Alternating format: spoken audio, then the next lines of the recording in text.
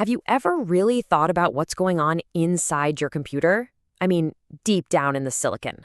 It's not just code. It's a microscopic city with billions of parts, all working together perfectly. Today, we're going to pull back the curtain on a mind-bending puzzle that engineers had to solve to build that city. A puzzle that pushed the very limits of what we thought was possible with light and computers.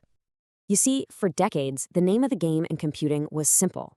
It was a mantra called Moore's Law, and it basically said, make the transistors smaller. Smaller meant faster, more powerful, and way more energy efficient. Every single new phone, every new laptop, it was all thanks to this relentless mission to shrink things down. Then, around the mid-2000s, the industry hit a wall. A hard, physical wall that threatened to stop Moore's Law dead in its tracks. Suddenly, the very tools they were using to build these tiny cities weren't precise enough to do the job. So what happens when you just can't shrink anymore? The issue wasn't a lack of imagination. It was a problem with physics. More specifically, it was a problem with light itself. Okay, so to get this, think about making the computer chip like you're screen printing a t-shirt, but on a ridiculously tiny scale. You have a stencil, which is called a mask, and you shine a very special kind of light through it onto a silicon wafer. Where the light hits, a chemical reaction happens, and you can etch a pattern. You just do this over and over, layer by layer, to build the whole circuit. Now, here's where things get tricky. The patterns that engineers needed to create were way smaller than the wavelength of the light they were using to print them. And when that happens, light starts to get fuzzy. It diffracts, kind of like ripples in a pond, blurring all the sharp edges. So that perfect digital blueprint on the left, it becomes the distorted, unusable mess you see on the right. The entire industry was stuck. They couldn't really make the light's wavelength any smaller, but they absolutely had to keep making the transistor smaller. So they came up with this incredibly clever, out-of-the-box workaround. It's called double patterning, and the core idea is actually brilliant in its simplicity. If you can't print one really dense, complex pattern because it gets all blurry, what if you just split it in two? You could create two much simpler, sparser patterns that would be way easier to print. So instead of one impossible stencil, you make two easy ones. You print, say, the red pattern first. Then you come back and print the green pattern right on top of it. When you put them together, the two simple prints create that one complex pattern you needed all along. Problem solved, right? Well, not quite. See, this elegant solution to a physics problem ended up creating a completely new, and you could argue even harder, computational problem. A puzzle on a scale that is almost impossible to imagine. It all comes down to this one question. When you're staring at a chip design with literally billions of components, how do you decide what gets split? Which lines go on the first mask and which ones go on the second? Because it's not random. There's one very, very important rule you have to follow. And this is the absolute key. Because of that light blurring effect, any two lines that are physically too close to each other have to be printed on different masks. They have to be different colors.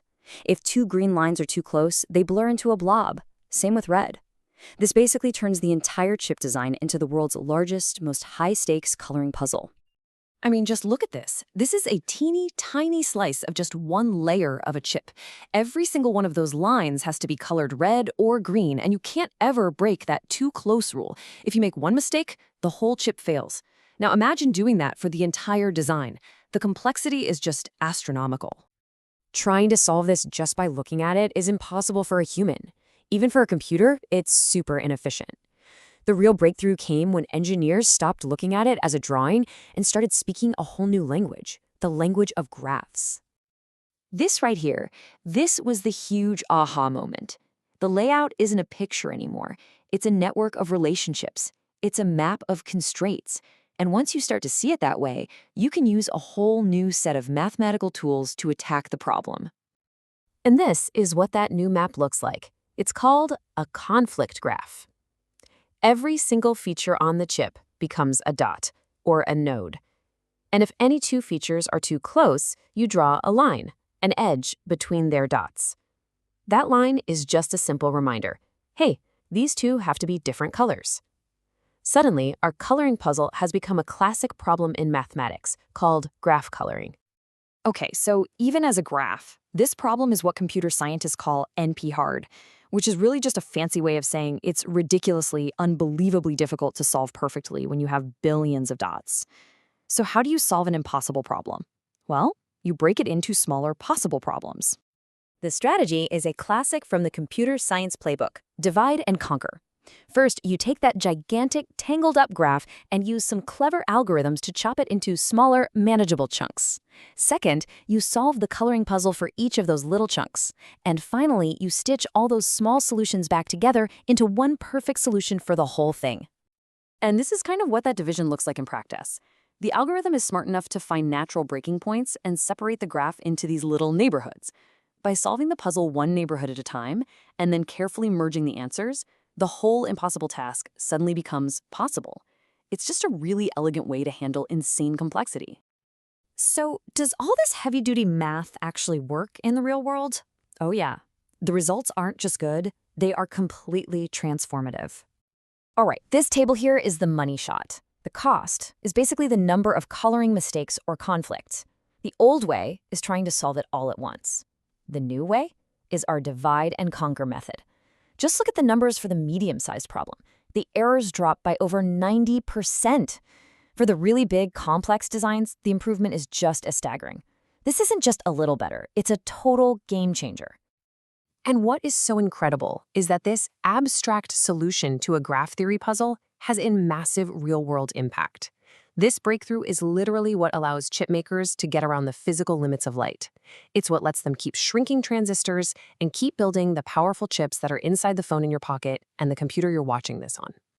And this is the final result, a perfectly colored layout with zero conflicts, a billion-piece puzzle solved.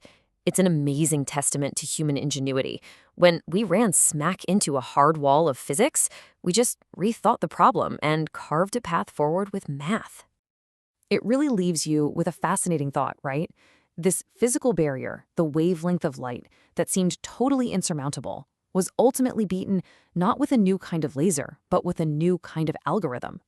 It just makes you wonder, what other brick walls are we running up against right now that are really just puzzles, waiting for the right way to look at them?